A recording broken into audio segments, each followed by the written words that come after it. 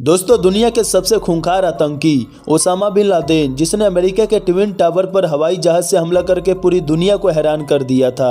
Osama America के president Barack Obama को अपना अगला टारगेट मानता था। इसने दुनिया में हजारों लोगों की हत्याएं की। ट्विन टावर पर हमला करने के बाद ओसामा अपने आप को बचाने के लिए कई सालों तक इधर उधर भटकता रहा। इसी दौरान इसने अपने कई ठिकाने भी बदले, लेकिन फिर भी अमेरिका ने कैसे इस आतंकी को घर में घुसकर मारा और किसी को भनक भी नहीं लगने दी।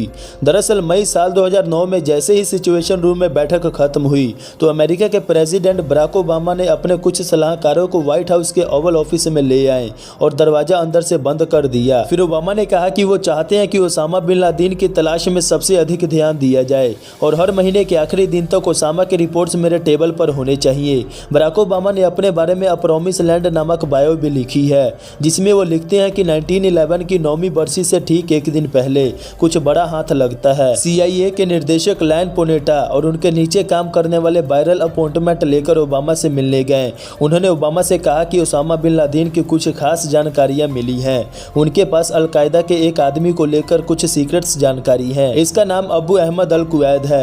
अमेरिका के खुफिया एजेंसी का कहना है कि अबू अहमद अल कुवैद का ओसामा बिन लादेन से बहुत पास का रिश्ता है, इसीलिए हमने इस आदमी के फोन कॉल के साथ साथ इस पर भी नजरें रखी हैं। बहुत कुछ जांच करने के बाद पता चलता है कि ये आदमी पाकिस्तान के इस्लामाबाद से करीब 35 किलोमीटर दूर अब्ताबाद में है।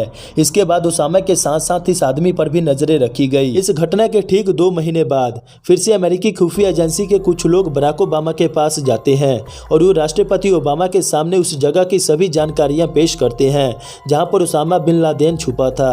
वो बताते हैं कि जिस घर पर हमने निगरानी रखी थी वो घर आसपास के सभी घरों से बहुत बड़ा था, यहाँ तक कि ये अपने बगल वाले प्लॉट से 8 गुना बड़ा था। आपकी जानकारी के लिए बता दें कि इस प्लॉट का मालिक इब्राहिम नाम का एक शख्स था, लेकिन वो आदमी इतना गरीब था कि उसे देखकर ऐसा नहीं लग रहा था कि वो आदमी इतने बड़े प्रॉपर्टी का मालिक है। उस घर का मालिक होने के बावजूद भी वो घर के सिर्फ आधे हिस्से में रहता था। इसी बात से अमेरिकी खुफिया एजेंसी को ओसामा बिन लादेन के यहाँ पर छुपे होने का शक होने लगा। बता दें कि जिस घर पर उन्होंने निगरानी रखी थी वो घर 3 मंजिला ऊंचा था। इस घर के सबसे ऊपर वाली मंजिल पर बालकनी थी और इस बालकनी को एक ऊंची दीवार से घेर दिया गया था, जिससे कि अब खुफिया एजेंसी को पक्का मालूम हो गया था कि ओसामा बिन लादेन इसी घर में है।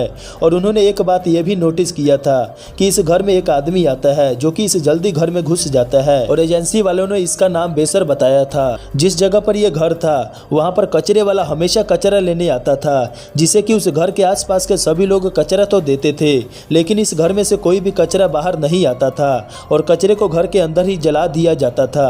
खुफिया एजेंसी में काम कर रहे कुछ लोगों का यह भी मानना है कि बेसर नाम का यह आदमी ओसामा बिन लादेन हो सकता है। बराक ओबामा अपने बायो में आगे लिखते हैं कि इस कंडीशन में हमारे पास 2 ऑप्शन थे।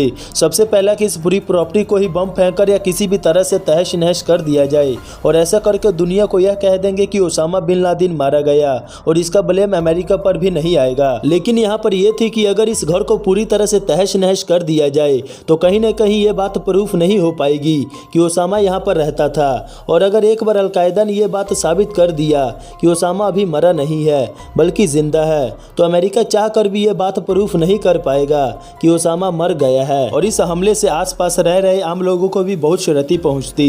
इसलिए इस ऑप्शन को नहीं चुना गया।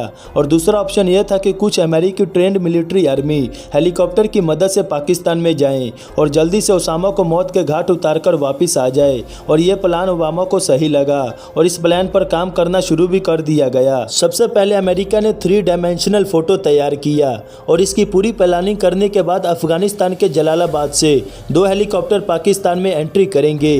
तो फिर इस प्लान को पूरा करने के लिए एक सही तारीख चुना गया और ये तारीख थी 2 मई 2011, जब अमेरिका में सुबह हो रही थी वहीं पाकिस्तान में रात हो रही थी। और जैसे ही अफगानिस्तान के जलालाबाद से 2 अमेरिका के हेलीकॉप्टर पाकिस्तान में एंट्री करके उस घर के ऊपर पहुंचते हैं तो एक हेलीकॉप्टर उस घर के ऊपर उतरती है तो दूसरे हेलीकॉप्टर से सैनिक रस्सी की मदद से उस घर के अंदर जाते हैं। इन सभी सिचुएशन को रूम में बैठकर ओबामा देख रहे थे, जो कि वीडियो कॉन्फ्रेंस के जरिए कॉन्टैक्ट थे।